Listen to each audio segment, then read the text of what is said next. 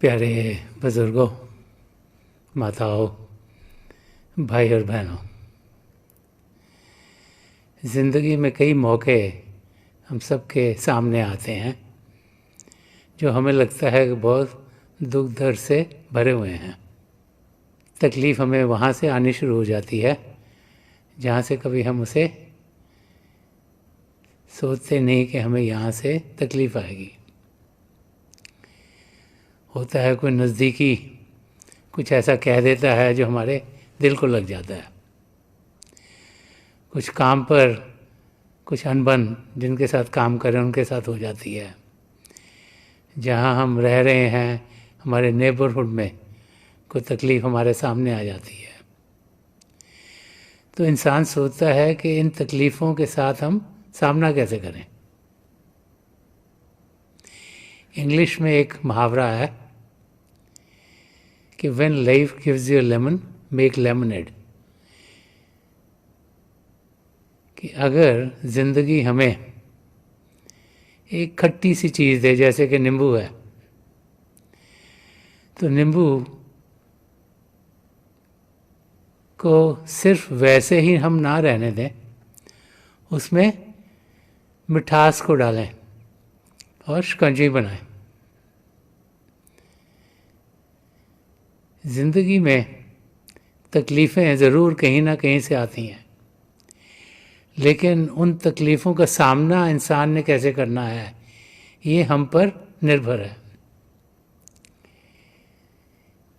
English में ये जो मुहावरा सुनाया जाता है, ये तब कहा जाता है कि जैसे जब कोई हम चीज़ खरीदते हैं और जो वो चीज़ हम खरीदते हैं जो उसे करना चाहिए वो करती नहीं। जैसे कि आप एक नई कार खरीदो, तो जब नई कार खरीदते हैं हम तो हमें लगता है हर एक चीज़ सही होगी, लेकिन जब उसे चलाने लगते हैं, अगर कोई आवाज़ें आती हैं कार में से, या ब्रेक्स ठीक नहीं लग रही, या एक्सेलरेशन ख़राब हो रही है, या कार में कुछ और गड़बड़ हो रही है, तो बोलना शुरू कर देते हैं कि दिस इज़ अ लेमन, कि ये एक नींबू के माफक है। और बहुत सी बार इंसान चीज़ जब खरीदता है सोच समझ के खरीदता है, लेकिन जब उसे इस्तेमाल करता है तो वैसे चलती नहीं जैसे कि वो चलनी चाहिए। तो उस हालत में क्या करें? अगर उसके बारे में सिर्फ हम क्रिटिसाइज ही करते रहे, रोते पिटते ही रहे, तो उसका कोई फ़ायदा नहीं होगा। तो तभी ये मुहावरा बनाया गया है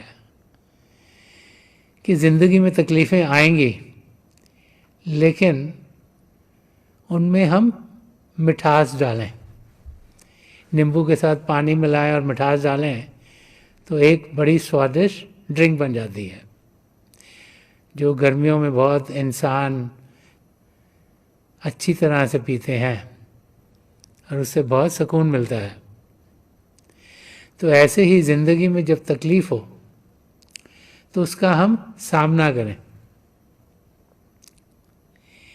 एक वाक़या है जो एक किसान की ज़िंदगी का है। एक किसान था और जो उसका फार्म था उस पर बहुत से जानवर रहा करते थे। उन जानवरों में एक गधा भी रहा करता था, और जो वो गधा था वो बहुत शरारती था। कभी एक शरारत करता था, कभी दूसरी शरारत करता था। तो जो किसान था उससे बहुत दुखी हो गया था।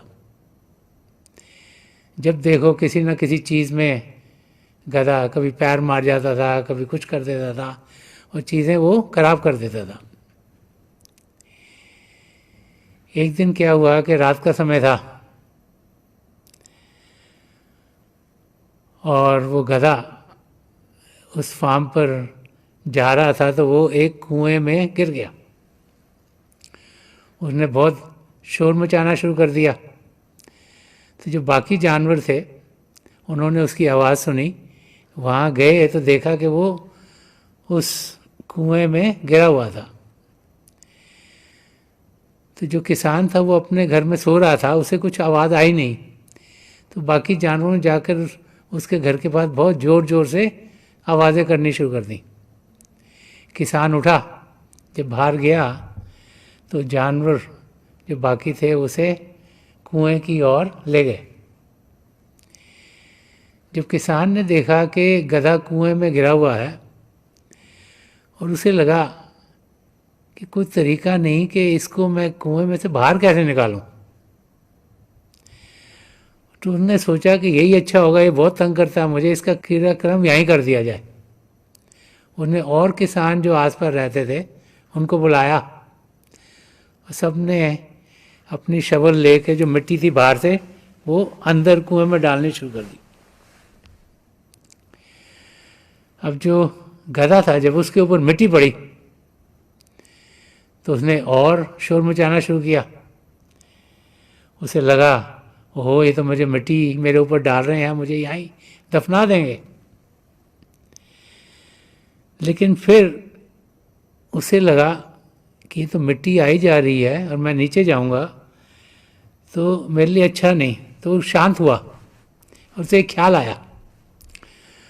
उसने मिट्टी जो उसके ऊपर गिरी थी उसको अपने ऊपर से छिड़काया, हिलाया, उसको नीचे कर दिया और एक कदम मिट्टी के ऊपर आ गया। जैसे जैसे मिट्टी और ऊपर से उसके ऊपर गिर रही थी वो अपने बॉडी से जो भी मिट्टी गिरी थी हिला के उसको नीचे कर देता था, तो आस्ते आस्ते वो ऊपर आना शुरू हो गया। अंधेरा बहुत था, किसी को कुछ दिख नहीं रहा था, तो सब लोग लगे हुए थे चलो अच्छा है मिट्टी डाली जा रहे हैं तो यहीं काम सारा ख़त्म हो जाएगा। लेकिन जैसे ही सुबह हो रही थी तो उन्होंने देखा कि इतनी मिट्टी वो डाल चुके थे कि जो गधा था बिल्कुल कुएं के ऊपर तक पहुंच गया था, वहाँ से उठ के वो भाग गया। तो जब हम हलचल में होते हैं, जब तकलीफ़ में होते हैं और हमारे अंदर हलचल हो तो उस समय हम कोई भी रास्ता निकाल नहीं पाते। जब हमें तकलीफ़ हो रही हो और हम उसी की बात करते जाएं कि इसने मुझे तकलीफ़ दे दी, उसने मुझे तकलीफ़ दे दी, पता नहीं कार क्यों ख़राब निकल आई, हमने तो पैसे भी पूरे दिए थे, और हम वही बातें करते जाएं तकलीफ़ के बारे में, तो वो तकलीफ़ दूर नहीं होगी। और जब हम हलचल में खुद होंगे तो हम किसी भी चीज़ का सल्यूशन नहीं निकाल सकते।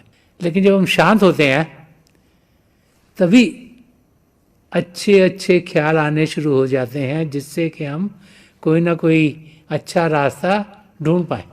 ज़िंदगी की ओर देखें, हर एक इंसान की ज़िंदगी में ऊंच नीच आती रहती है। हमें यही समझाया जाता है कि ऊंच नीच के साथ हमने अपनी ज़िंदगी प्यार से गुजारनी है।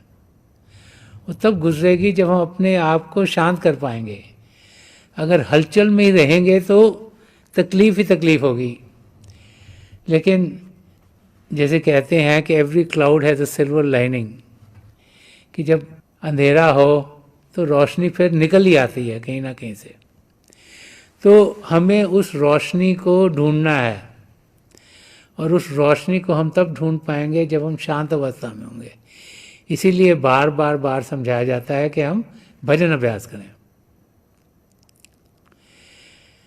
हम ध्यान बाहर की हलचल से हटाएं, हमारे अंदर जो प्रभु बस रहे हैं उनकी ओर ध्यान दें। जो शांति का भंडार हमारे अंदर है, जो प्रेम का समुंदर हमारे अंदर है, हम उसके साथ जुड़ें और अपने आप को एक सच्ची सुच्ची ज़िंदगी जीने की ओर कदम बढ़ाने शुरू कर दें। हम सब अपने आप को शांत कर सकते हैं अगर हम हलचल से दूर होंगे। जो बाहर की दुनिया, यहाँ पे सब चीज़ थोड़ी देर के लिए है, इधर हलचल ही हलचल है, कोई ऐसा नहीं जो कि सदा सदा के लिए रहेगा।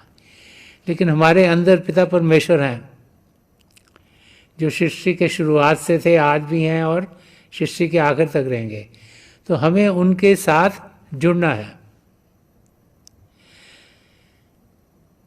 जब इंसान की ज़िंदगी में तकलीफ़ आती है तो उसका विश्वास हर एक चीज़ से उड़ जाता है।